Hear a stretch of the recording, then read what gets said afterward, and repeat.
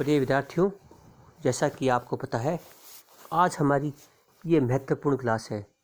आज की हमारी महत्वपूर्ण क्लास में हम पढ़ रहे हैं जो भारतीय इतिहास में जो महत्वपूर्ण धार्मिक ग्रंथ हैं, जिनका नाम है, जो प्राचीन भारत के स्रोत भी हैं, वेद। वेदों में प्रमुख वेद जो नंबर 3 पे है, उसका नाम है यजुर्वेद। यजुर्वेद प्रमुख तीसरा वेद है। यजुर्वेद आपको पता होगा, यजु का अर्थ होता है यज्ञ। यजुर्वेद किससे बना है? यज्ञ से। तो इसका शाब्दिक, यजुर्वेद का शाब्दिक अर्थ क्या है? यज्ञ।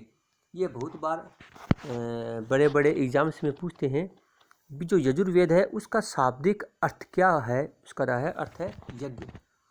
अतः इस वेद में अनेक प्रकार के यज्ञ विधि विधानों का प्रतिपादन किया गया है। अतः इस वेद में अनेक प्रकार की यज्ञ विधि विधाओं का प्रतिपादन किया गया है। इसी कारण इसे यजुर्वेद कहते हैं।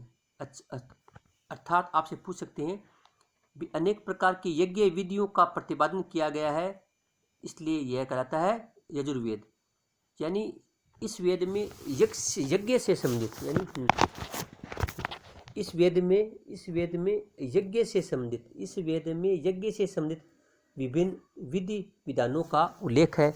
इसलिए इस वेद का नाम ही यजुर्वेद पड़ा है, जिसका शाब्दिक अर्थ निकलता है यज्ञ। यज्ञ पुरोहित की संज्ञा अध्वर्यु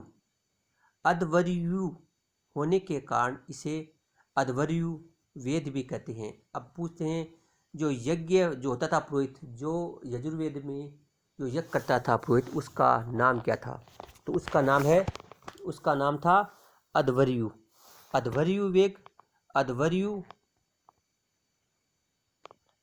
यज्ञ पुरोहित की संज्ञा अध्वर्यु होने के कारण इसे अध्वर्यु वेद भी कहते हैं। इसके 2 भाग हैं। इसके कितने भाग हैं? 2 भाग हैं, कृष्ण यजुर्वेद और शुक्ल यजुर्वेद। हाँ, तो इस प्रकार वैसे मानते हैं। इसका रचना का जो स्थल है वह था कुरुक्षेत्र या कुरु प्रदेश। तो कुरु प्रदेश इसका क्षेत्र था। इसका क्षेत्र था कुरु प्रदेश का मेन इसका प्रमुख क्षेत्र था। इस प्रकार इसकी 2 शाखाएं हैं, कृष्ण यजुर्वेद और शुक्ल यजुर्वेद। इस प्रकार जो यजुर्वेद था वो महत्वपूर्ण वेद है। अब आपसे इसके बारे में प्रश्न यह पूछ सकते हैं कि यजुर्वेद का शाब्दिक अर्थ क्या है? इसका शाब्दिक अर्थ क्या होता है? यज्ञ। इसमें है क्या? तो आपसे ये पूछें, इसमें है क्या? तो इसमें क्या है? यज्ञ विधि विधानों का उल्लेख है। क्या है?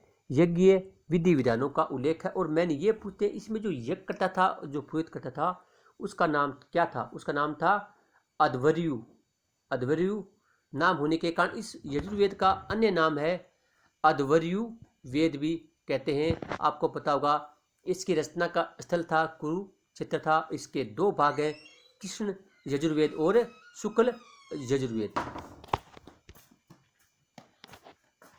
इस प्रकार ये जो तीसरा वेद है यजुर्वेद, इसके बारे में हमें पूरा ज्ञान प्राप्त करना चाहिए। लेकिन जो इसकी जो मेन थीम है, जैसे जो इसके नाम से निकल रही है भी, यजुर्वेद क्या है?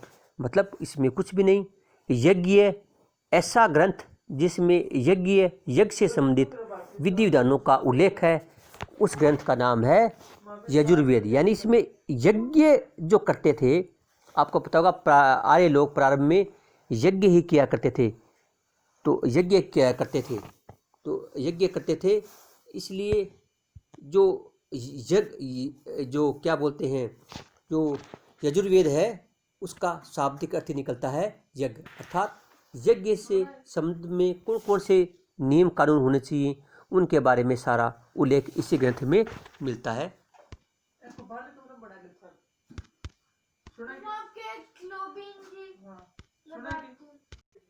ओके।